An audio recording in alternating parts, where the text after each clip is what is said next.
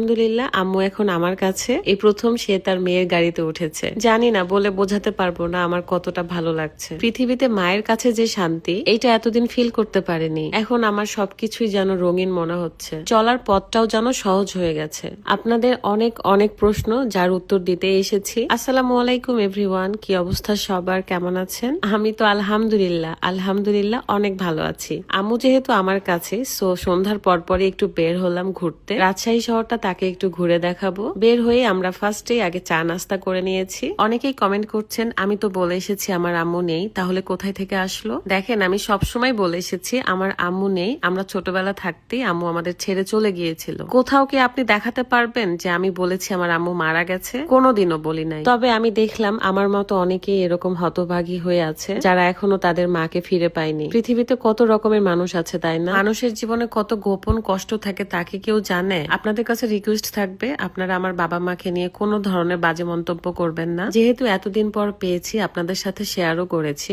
So কোনো একদিন সেই লম্বা কাহিনী শেয়ার করব। আম্মুর খুব ইচ্ছা করছিল ফুচকা খেতে, তাই চলে এসেছিলাম তারফে। তাকে কিভাবে খুশি করা যায় সেটাই আমার মনের ভেতর সবসময় কাজ করছিল। মা তো মাই হয়, তাই না? আচ্ছা চলেন আপনাদের সাথে একটা ইম্পর্টেন্ট বিষয় শেয়ার করি। আমি কিন্তু আপনাদের সবার সব কমেন্টই পড়ি, এন্ড পড়ে খুব ভালো লাগছিল যে আপনারা অনেকেই দোয়া করছেন, অনেকেই খুশি হয়েছেন, অনেকেই কান্না করে দিয়েছেন আমার মতো। আবার অনেকেই দুঃখ প্রকাশ করেছেন যে আপু আমি আজও অপেক্ষায় আছি কিন্তু পাই নাই। আল্লাহ আপনাদের ভালো রাখুক, আপনাদের হারানো মানুষটাকে ফিরিয়ে দিক। রাজশাহী তারফ রেস্টুরেন্টে আমরা অনেক ধরনের ফুচকা অর্ডার করেছিলাম, তাও আবার আম্মুর পছন্দের। দেখলাম যে তারফ রেস্টুরেন্টের সামনে মটকা ফালুদার একটা স্টল ছিল, যেখানে দেখে আমার লোভ লাগছে। ভাবলাম যে এই খুশির দিনে আম্মুকে মটকা ফালুদা খাওয়ানো যায়। মাত্র 100 টাকা, আর এত মজার ছিল।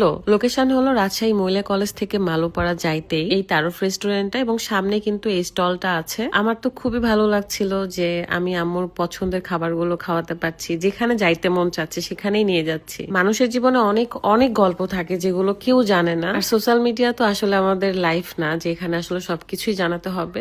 জাস্ট ব্লগিং এর ক্ষেত্রে কখন কোথায় যাই কি করি সেগুলোই আপনাদের সাথে শেয়ার করা হয়। যে ভিউ পেতে চাই তারা শুধু উল্টাপাল্টা মানে তিল থেকে তাল বানিয়ে পোস্ট করে। প্রথম দিনেই আমি আম্মুকে তাদের সাথে দেখা করিয়েছি যারা আমার খুব আপন। তার মধ্যে মালিহা আপু একজন, দেখতে খুবই সুন্দর লাগছিল আজকে মাশাআল্লাহ। এমনিতেই সে সুন্দরী, সে তো ভীষণ খুশি হয়ে গিয়েছে আম্মুকে এখানে নিয়ে এসেছি। তারফ রেস্টুরেন্ট আমার কাছে ভীষণ ভালো লাগে, আর তার ওনারও বেশ সুন্দরী, তাই না? দুইজন মিলে কি কি যে গল্প করতেছিল, মানে মনে হচ্ছে আমার মালিহা আপু আম্মুর মেয়ে। শুধু এতটুকু বলবো, আমি যে হারানো মানুষটাকে ফিরে পেয়েছি এটার জন্যই আপনারা দোয়া করবেন, খুশি হয়েন, কোনো ধরনের ব্যাড কমেন্ট করেন না। শুধু মনে করেন আপনাদের ফারহানা বিথি আপু তার মাকে পেয়েছে। দোয়া করবেন সবাই। আল্লাহ হাফেজ।